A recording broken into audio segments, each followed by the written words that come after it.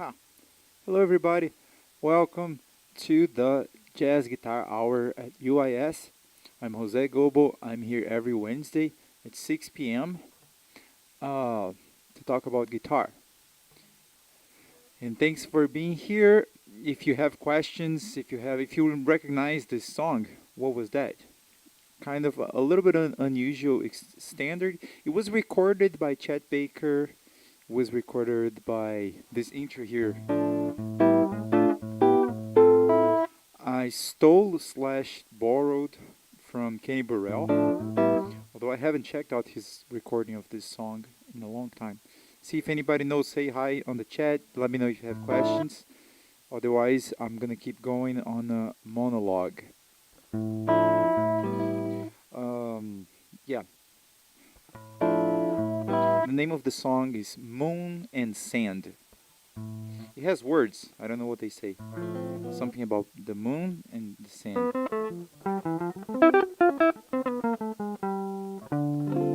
So, a couple of topics in mind, fluctuating in my mind. Could talk about the use of open strings on that song or in some more unusual song. But I want to not try to play, I will play. I don't know if it's going to be good, but I'll do my best. A Coltrane song that I'm revisiting, Countdown. If you're familiar, it's very tricky. It changes chord every half second. There's a different chord. Chord. It's cool. I tried to learn it some years ago. Then I forgot it. It's easy to remember the chords, but it's hard to play them correctly. So I'm gonna play kind of rubella, kind of rubato, and see what happens. Coltrane plays ultra fast, just him and drummer Art Taylor, and he play like you can hear every change if you play along with. You can see he's not skating. Skating is a term we use when you're not really playing the changes, when you're kind of playing whatever. Um, but and just one more thing. I'm talkative today. Why not? Joe Lovano, saxophone player, recorded this in an album of ballads. He didn't. He plays it slow, not necessarily as a ballad, but like 17 times slower than Coltrane did. And it's a great idea. If Joe Lovano did play Countdown slow, so can I.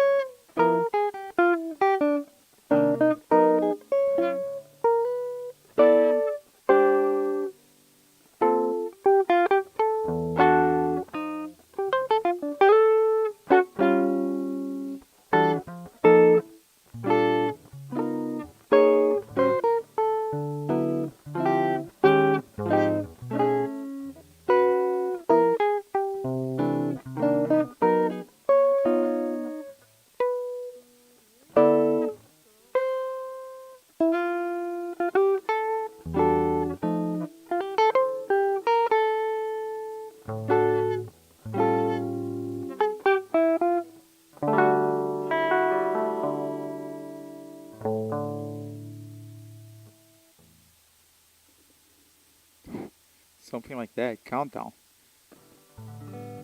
Not don't not to be confused with the final countdown, which is a little easier to play, I would assume.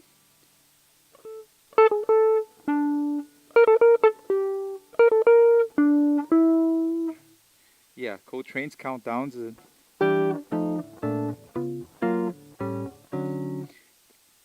Related with the way the modulations on relating connecting major chords, major keys a major third apart. So in the same atmosphere as giant steps. It needs some shedding, right? So I'm gonna watch this video later just to be embarrassed. I'm not embarrassed. It's all right. I'll work on it. I'll get it. Um, Atmosphere. Let's play This Is Atmosphere. That's a song. Lots of things that I do here on this thing on Wednesday, the Jazz Guitar Hour at UIS. Sometimes I recycle ideas or I spoil ideas of what I will do on the house trio thing that I do on Fridays. You can check that out on YouTube, the house trio. So that's like songs that are on my mind that I want to play there. So we got a question. What do you mean when you say it's easy to play the chords but hard to play them correctly? Oh, Matt, what I mean is like just at least for me to memorize. Like I know it's E minor to F7, B flat. It's kind of like okay, the way I think I memorize it. It's a minor chord, right? E minor, and then it's goes a half step up, F7, and resolves, and then it goes a minor third up as a dominant, and resolves, and then go a minor third up as a dominant, and resolves. I'll do the same thing again. I think that was very. I'll use that to teach later. So it's a minor chord, E minor. Go a half step up as a dominant, F7. Resolve it, meaning B flat, major. Go a minor third up as a dominant, D flat 7, and resolve, meaning G flat major. Go a minor third up as a dominant, and resolve, meaning D major. And then he did this thing. And then he does the same thing, but now starting on D minor instead of E minor. So D minor, half step up, dominant, resolve. Minor third up, dominant, resolve. Minor third up, resolve. So, and guess what? He's gonna do that once again, the same little cycle. C minor, half step C minor, half step up, dominant, resolve, half step up, minor third up, resolve, a minor third up, and resolve. I feel like a yoga teacher saying telling your steps, but no, this is deeper than yoga. Come on. And but then okay, he did the same cycle 3 times. One, two, 3 times on the third. And then there's a little the ending. The tune is based on Tune Up. Ooh, who's it by? Miles Davis. Or if it's not by Miles, he stole from someone. But I think it's Miles Davis. It's like da da do do da ba da do do da ba ba ba da bee da ba ba ba da ba da ba. So the last 4 bars, the turnaround on both songs is basically the same. Like the last 4 bars of Countdown, that's when you can like catch your breath again, and then you're gonna go underwater again.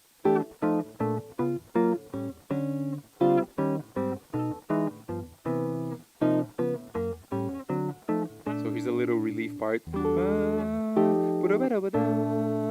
then back again. So man, what I mean by it's easy. So you know what I'm saying? It's like it's just one cycle that repeats 3 times.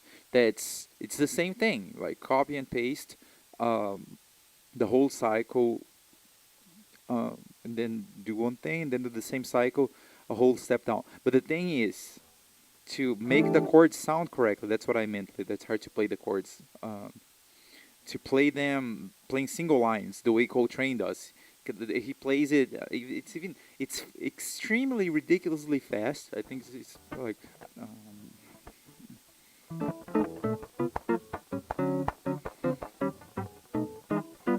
It's maybe around here, or maybe a little faster, and it's just him and drums. Art Taylor. Excuse me. And he's making the sound. You can hear the harmonies. You know, you can hear. Better than that.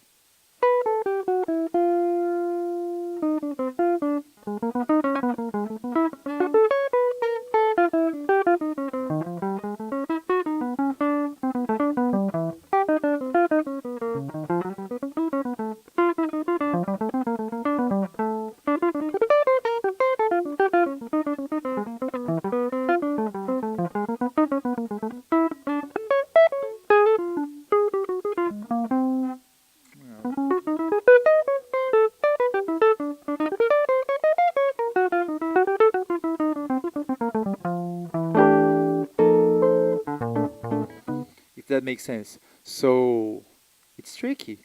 I mean, I think the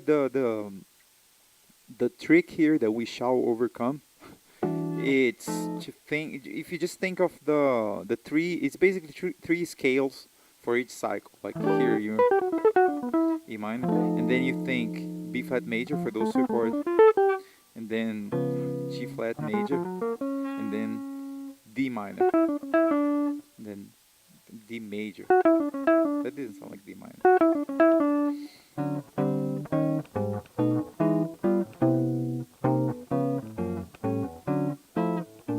So that's the thing. I need to play it slow. You know, I was playing rubato and feeling good about it, and then I started playing on tempo, even though it was slow, and I was like, I'm shooting myself on this foot, but you have to. And anyway, so strategies when for everybody, when you're learning a new tune, including me, including you, including everybody. Maybe even Wes Montgomery did stuff like that. Who knows? I don't know how did he practice. He didn't have a podcast. We should go back in time and have the Wes Montgomery podcast. But he has albums that we can listen. Anyways, one strategy that I think it's a good idea to when you're learning a new tune and you're learning how to improvise and how to keep your place, uh, especially when playing single lines. You know, when you're playing chords, you're hearing the entire chord, so you kind of get situated. But when you're playing lines,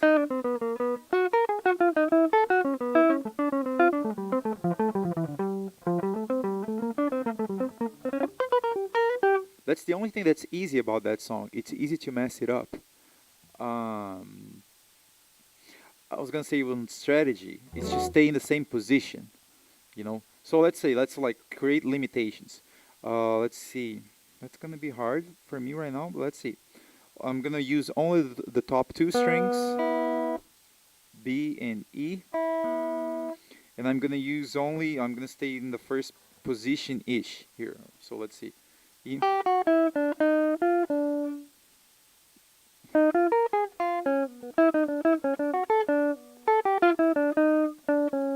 Where are you now? E major, C major, C minor.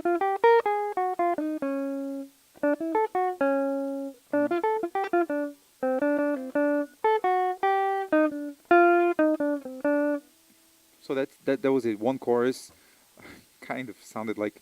See, for this type of exercise, since I can't really play a lot of stuff to really outline the changes. Might be a good idea to record yourself playing, you know, the changes, and then try to do it. Like I'll do this, just do it first.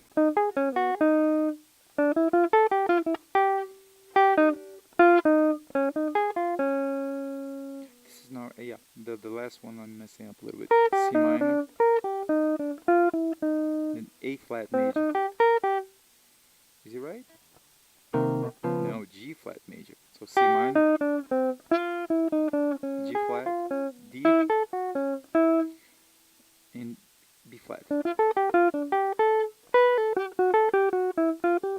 I'm gonna just use the top two strings, but no limitation of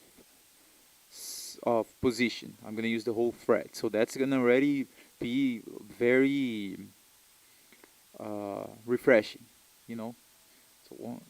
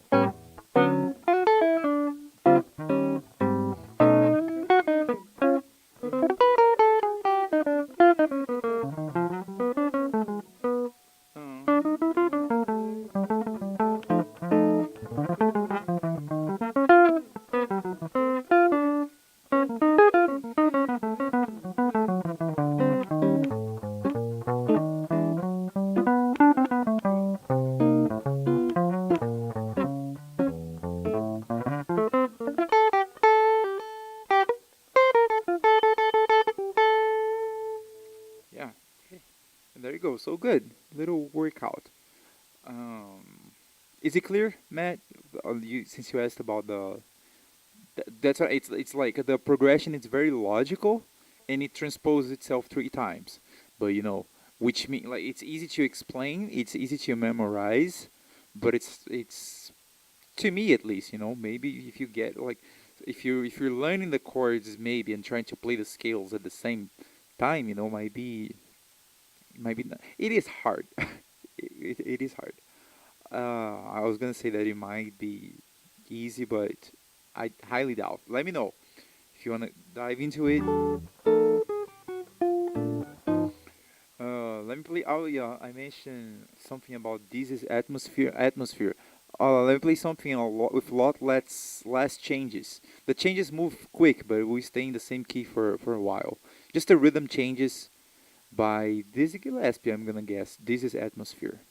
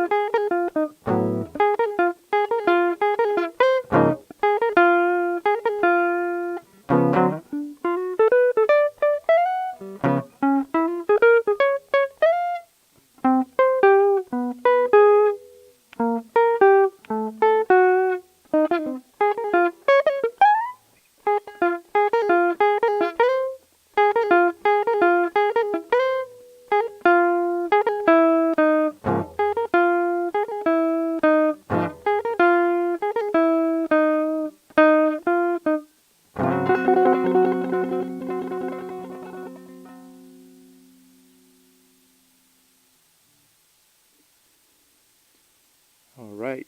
Rhythm changes. Action. This is atmosphere. A couple of interesting things about it. Rhythmic modulation. Did you see I started faster than I could? I started on the tempo that I wish I could play. Maybe later, crocodile. But then ended on a more feasible tempo.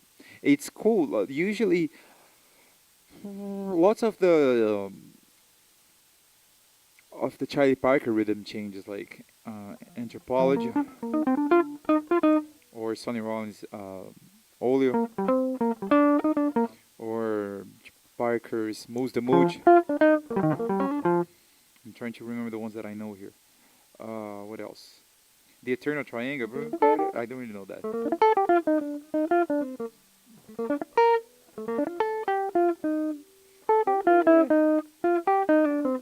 Something like that.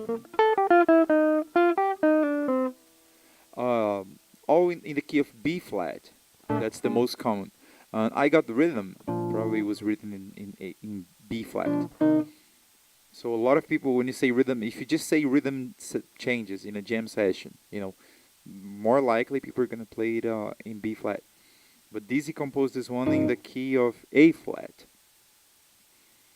and the bridge though, that's the thing that's it's very interesting. The A section is just basically 16251 for whatever that means, with all the variations. Yeah, let's not do the countdown variations on that. A little less countdown. We're taking a break on our relationship. But the cool thing about the bridge of This Is Atmosphere is that it starts. Usually, the bridge of rhythm changes go up. Start on the major third. Oh,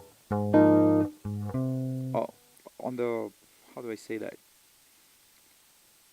On the three of the key of A flat. So we would normally start on a C7, say for 2 bars, and then go through the cycle of fourths or fifths. I never know how to say that. No bridge. C for 2 bars, F for 2 bars, all dominants, and then B flat for 2 bars, and then E flat for 2 bars, which prepares to go back to the one, back to A flat. However, here Dizzy he does a little trick. He messes with your mind because he starts in D on the flat 5. He starts in, which is the 5. Bear with me. Which is the, if you're playing a rhythm changes in the key of B flat, the first chord of the bridge is D7, correct? And Dizzy, even though he's playing in the key of A flat, he starts the bridge in D for 2 bars, and then D flat for 2 bars, tritone sub, and then he speeds up 1 bar of C, 1 bar of B, 1 bar of B flat, 1 bar of A. So he starts higher, but he speeds up the rhythm, the changes of the rhythm in the rhythm changes, and he speeds up how fast the chords move, and catch up to prepare to go back to the original key. Really clever, fantastic.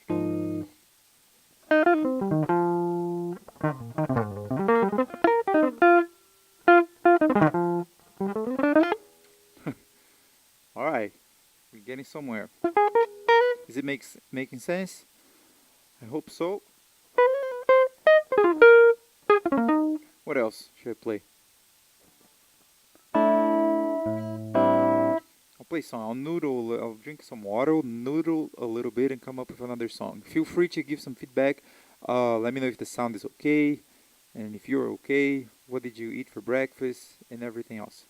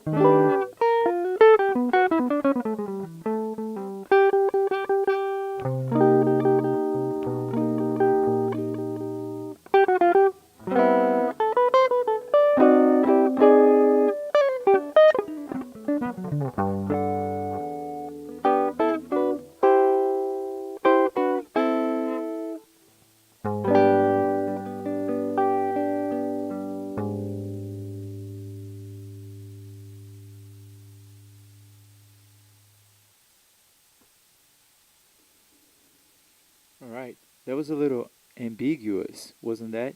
That's how I feel about this wonderful world. Is it a wonderful world? I don't know. What if it was horrible? How would that be? I don't want to know. Um, Thanks, man. Pretty cool. Yeah, I had some fun as well. Started in F. That's how I usually play with great singer Johnny Owens. Big hello, Johnny. Yeah, he's not watching. He should watch it later. I'll send him exactly where are we on the time frame here. I don't know. 6:38. Oh, 38 minutes. Johnny Owens. Let's see if Johnny can sing with these harmonies. But we play in F usually. But then it's always great to go half step up, right? But then I remember I was gonna talk about open strings. I mean, it doesn't really matter the open string, but G is just a lot easier to play. You know. I was gonna say so open strings. G flat, is G flat a bad key for open strings? Yes, but I'm gonna try to say no. How? I mean, what I have to say about open string, you just have to explore. Even the Beatles came up with cool stuff using open strings. So, therefore, you can.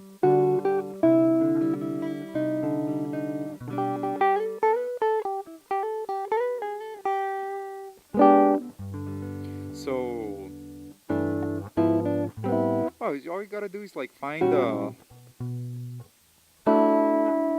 see, I think the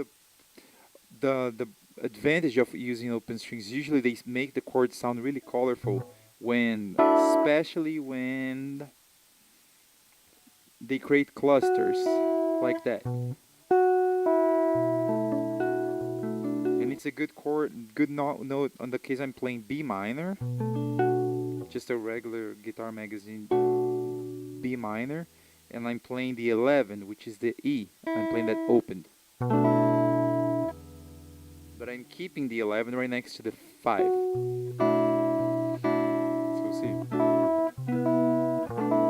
Sometimes you can make, but see, if you're playing the key of G, you can make these pedal notes on top, like, how do you call that? Pedal point, I guess?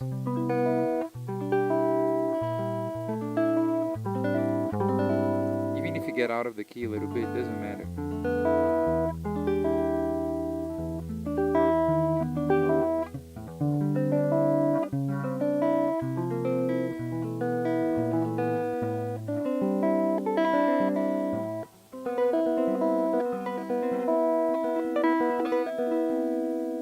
So a lot of the things that I do with open strings, it's either I researched by myself, I try to find, like, either create a little arrangement for a ballad, something like that. But I also listen to one player specifically, Tony Horta. He's one of my heroes, and he does like, this type of stuff. This song here, he can play almost the entire song with open string. Minas Gerais, caminhão leva quem ficou por 20 anos ou mais. Eu iria a pé, ó meu amor.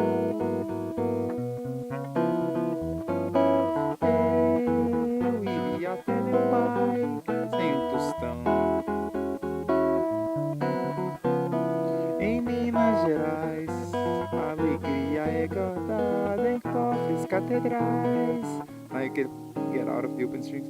Na varanda eu vejo meu amor. Tem bênção de Deus, todo aquele que trabalha no escritório.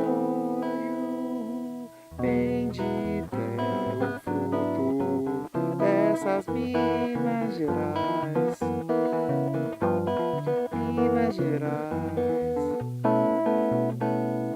Lá, lá, ia,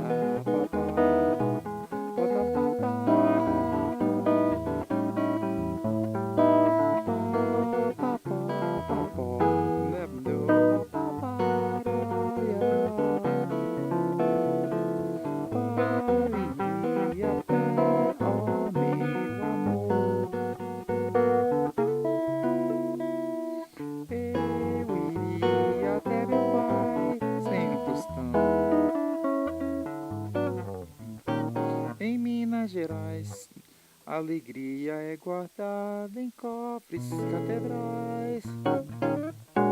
Na varanda eu vejo meu amor.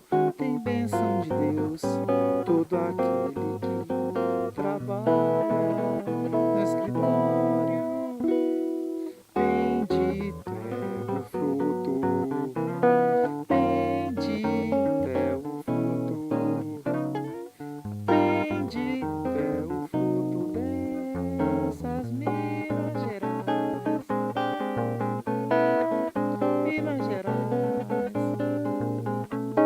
Minas Gerais. Minas Gerais.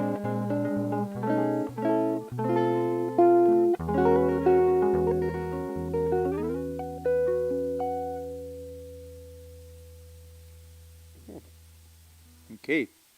Yeah, that's not supposed to be a singing show. Sue me. I just felt like singing. This is a song by Tony Horta called Aqui Ó. Talks about our beautiful state of Minas Gerais in Brazil. I'm feeling very nostalgic right now. And but yeah, he uses lots of open strings.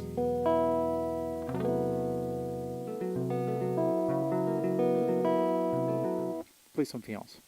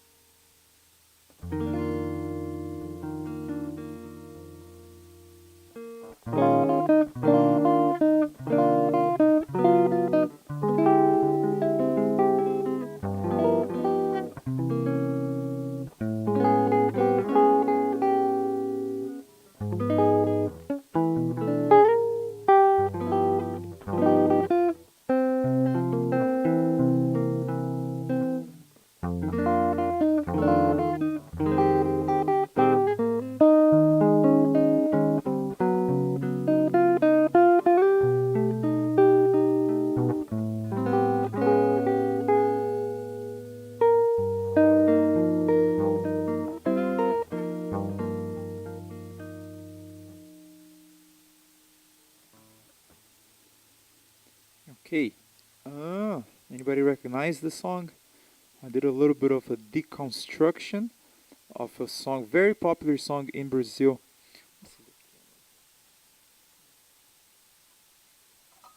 Oh,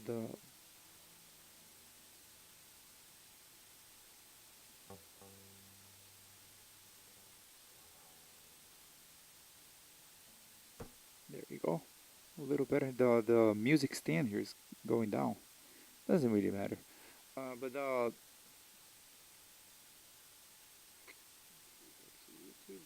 that song that I just played by Dorival Caymmi, extremely popular in Brazil, is called Marina. And the Marina that I know that I like, she doesn't like that song. So how dare she? But it's a pretty song, regardless. And the changes are very simple. It's from 1947. It's crazy, super like Marina, Morena, Marina, você se pintou.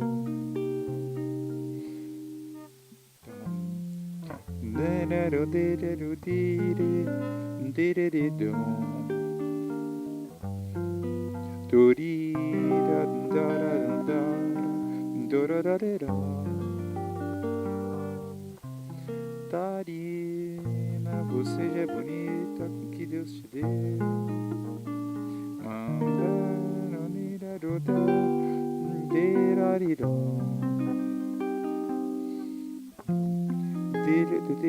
Tira, mas faça um favor.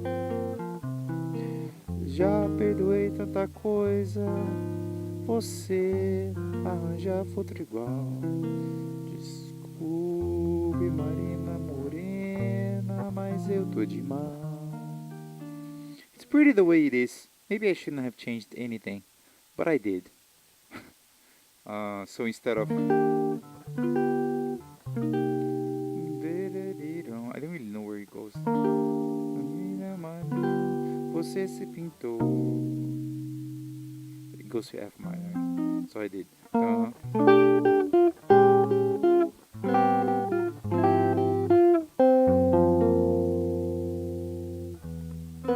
Finger harmony. You know, just move your fingers and find cool sounds. And I mean, I'm also thinking here of thinking of the melody note, and it's just the melody is really in my head. You know, and in most Brazilian people, uh, lots of Brazilian. I'm not going to maybe most. I don't know. At least 8% of the Brazilian population can sing the melody of Marina without a problem. So the way Dorival Caymmi plays, like it starts on the third of the chord, which is totally fine, totally beautiful. I did on the flat six of a minor chord because I like that sound. Let's see, the fingers I hear make it half step down. It could be this, it could be that. See, and then the melody lands on a C that I wanted to make the sharp 11. So,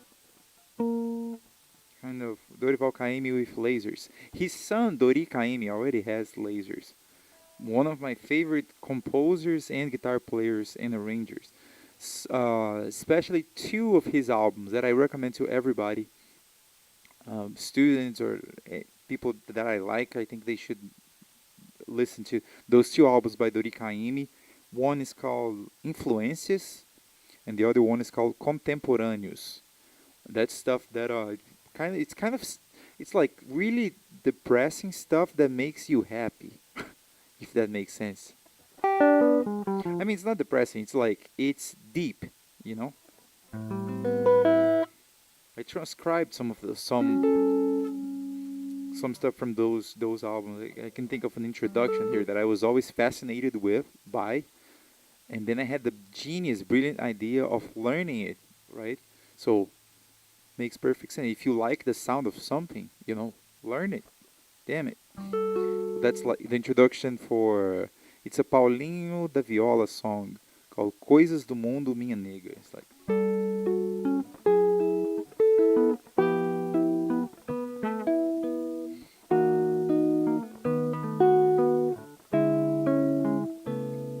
That's it. When I learned that, I was so happy, and I'm still is.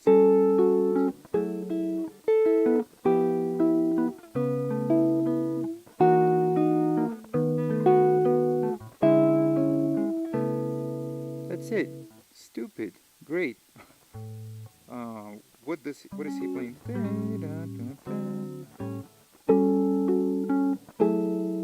So it's A7.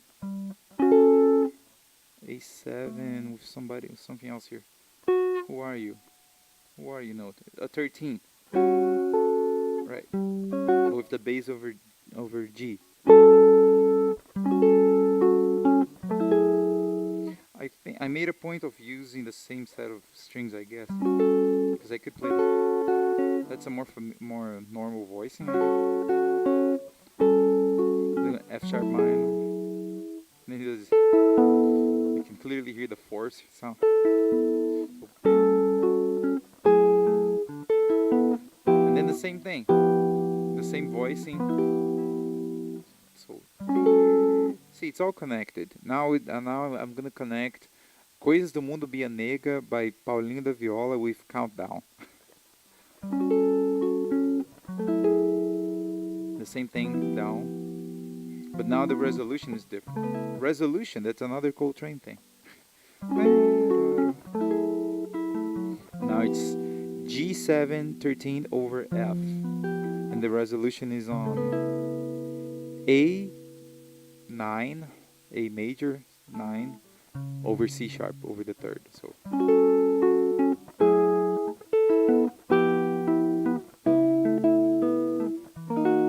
and then he used the exact same voicing over and over again. F sharp 7 over E. And then finally a normal voicing. The B7 over the third. And then that same person slash voicing, which is E7 13 over D. I,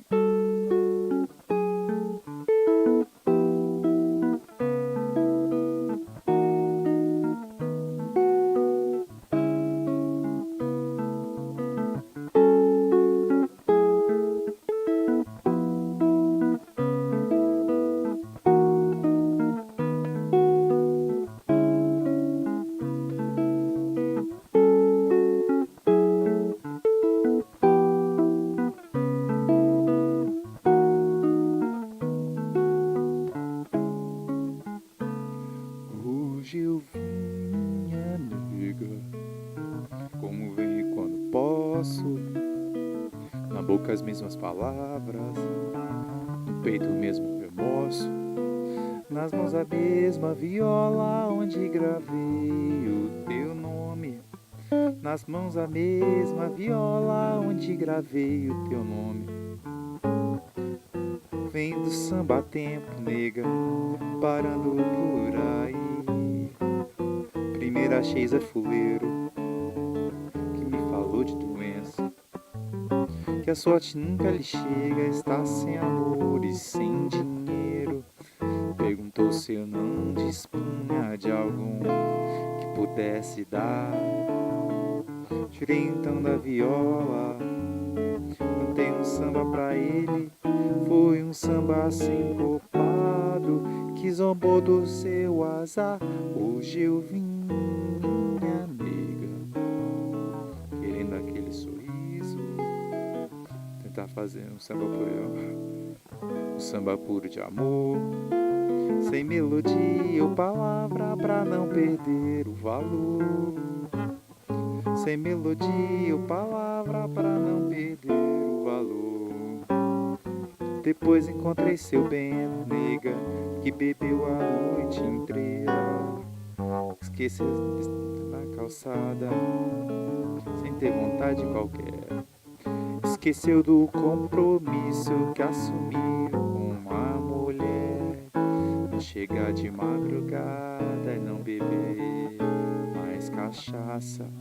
Ela fez até promessa, pagou e se arrependeu.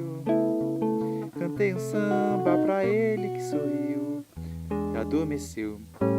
Hoje eu vim, minha nega, querendo aquele sorriso que tu entregas pro céu.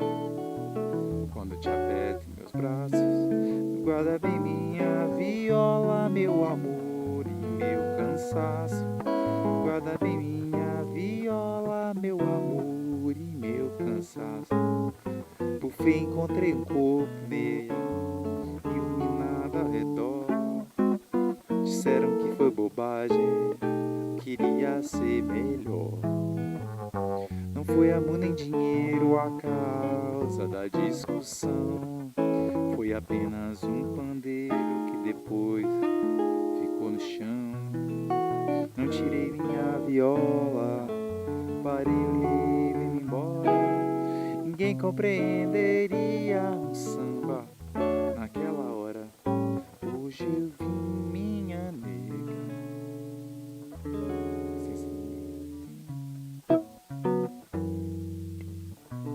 Querendo aprender contigo.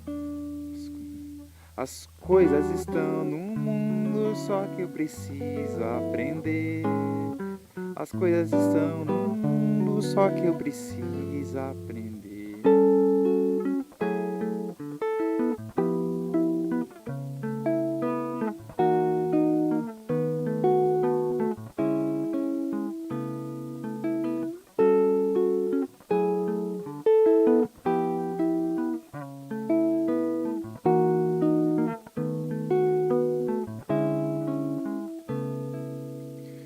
7 o'clock.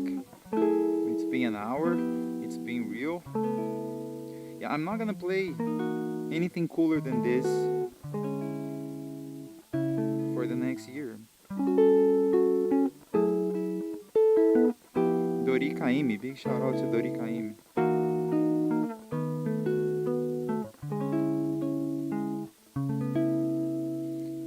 Alright, thank you for your company. If you like this thing, tell your friends and tell your enemies. And I'll be here next Wednesday. Come rain or come shine or come snow, because you never know what's gonna come in the state of Illinois. Last week was beautiful, and yesterday it was snowing, which should be illegal. Alright, thank you. See you next time.